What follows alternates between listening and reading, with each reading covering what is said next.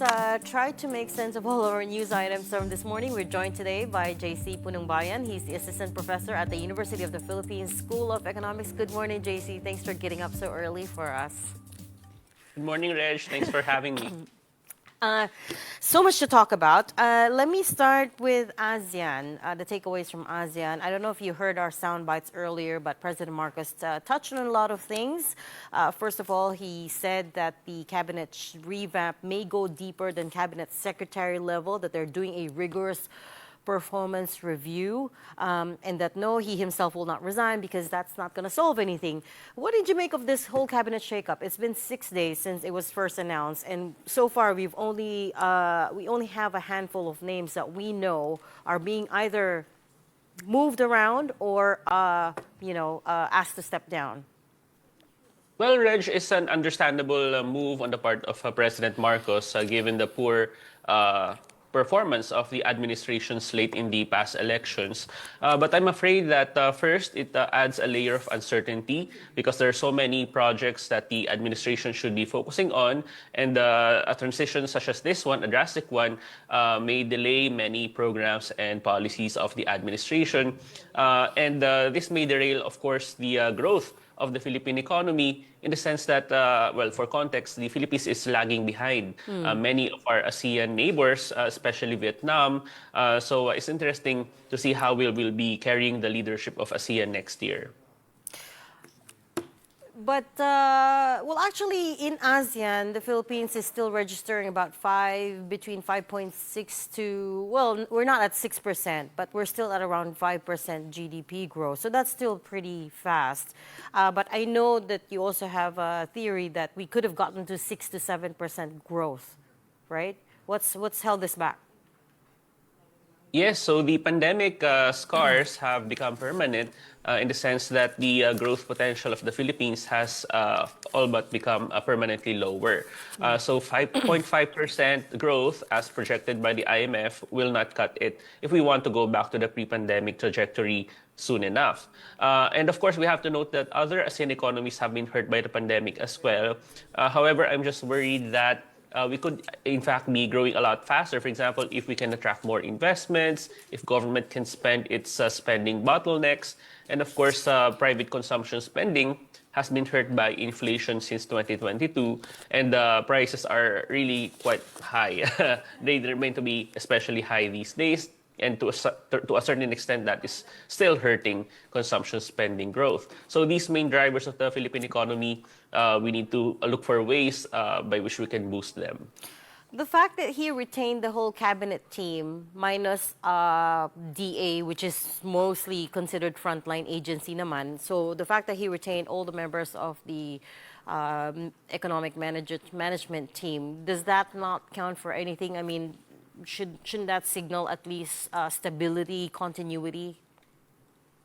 Well, on the one hand, I mean, the economy seems to be churning along quite well. 5.5% growth is quite decent. However, there are some issues that the economic managers have approved essentially in the past couple of years. For example, the transfer of funds coming from PhilHealth going to the public coffers, as well as the approval of some questionable decisions when it comes to the national budget, including the ballooning of unprogrammed appropriations and the insertion of pork in the run-up to the 2025 elections. So there are these questionable policy decisions of the economic managers. And of course, there are some Supreme Court cases now ongoing challenging these past decisions. So I'm just wondering whether or not, or to what extent, the president took into account these decisions. But of course, we have to note that at the end of the day, the president will have approved this himself. And the cabinet simply did the bidding of the president or whoever is in charge.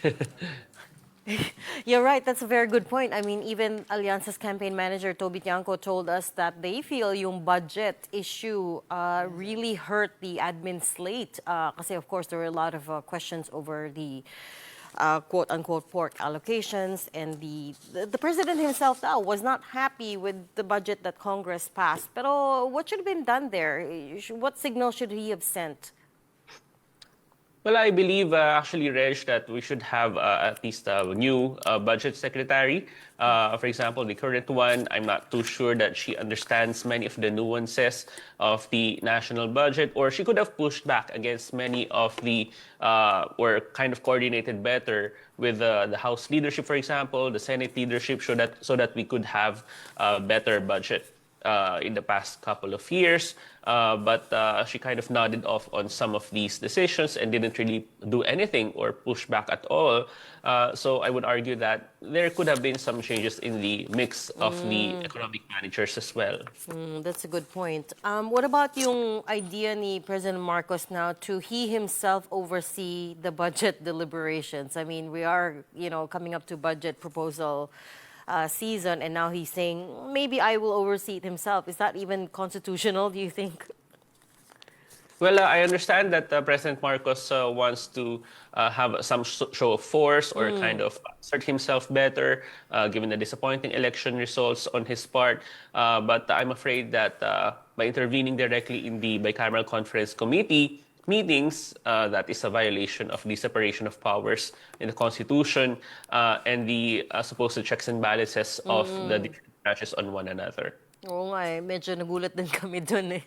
JC, I wanted to also, you're an economist, and I also wanted to pick your brains on this big issue eating at Metro Manila commuters these days. The big IDSA rehab, of course, I'm talking about, especially the return of the odd-even scheme from the 90s, which a lot of people are very unhappy about because, we feel like they kind of sprang it on us. There's only about 3 weeks to go. No one has any time to prepare. What impact do you think this might have on growth? Well, Reg, I remember distinctly from my childhood that there was even a color coding scheme. I may remember that as well. But these are band-aid measures. In economics, there's the concept called induced demand, which essentially says that constructing more roads wouldn't be necessarily better. And from the soundbite coming from Secretary Dizon, he seems to know this. For example, people will just buy second cars so that they can still go to their offices and schools. Despite the new odd-even scheme that's going to be implemented. However, there are many insights that can be drawn from transportation economics that would be better solutions, including, for example, so-called congestion pricing, which involves charging users of private vehicles whenever they use the roads, especially during peak hours. So this one has been implemented in Singapore for a long time, and New York has implemented this more recently, and the benefits are quite stark. And then, of course, as Secretary Dizon mentioned, pushing for more public transportation and active transportation. These are the long-run solutions. I just want to say that we need to kind of revamp this whole notion of a car-centric society, car-centric infrastructure. That's not easy to do, but we should be going in that direction. Oo nga eh. As the road advocates keep saying, move people, not cars, diba? That's what's wrong about our policies sometimes. We keep thinking about how to move cars better when we should be moving people better. But itong idea of congestion pricing, the criticism of it, and I know it's worked very well in cities like New York, for instance, but the criticism, one criticism about it in a developing country like the Philippines is that could it not be seen as elitist because only those who can afford it will be able to use the roads then?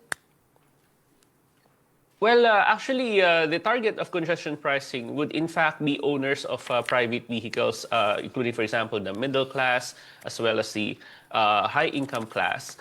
So there are ways, for example, to exempt the vast majority of commuters who will be using public transportation.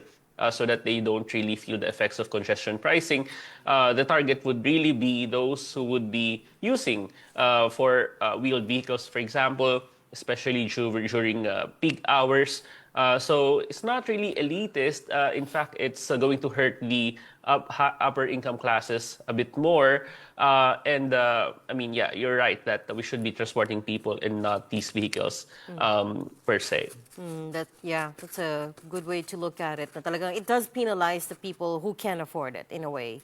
But Exactly. that has to be complemented by being able to move those who can afford cars better, right?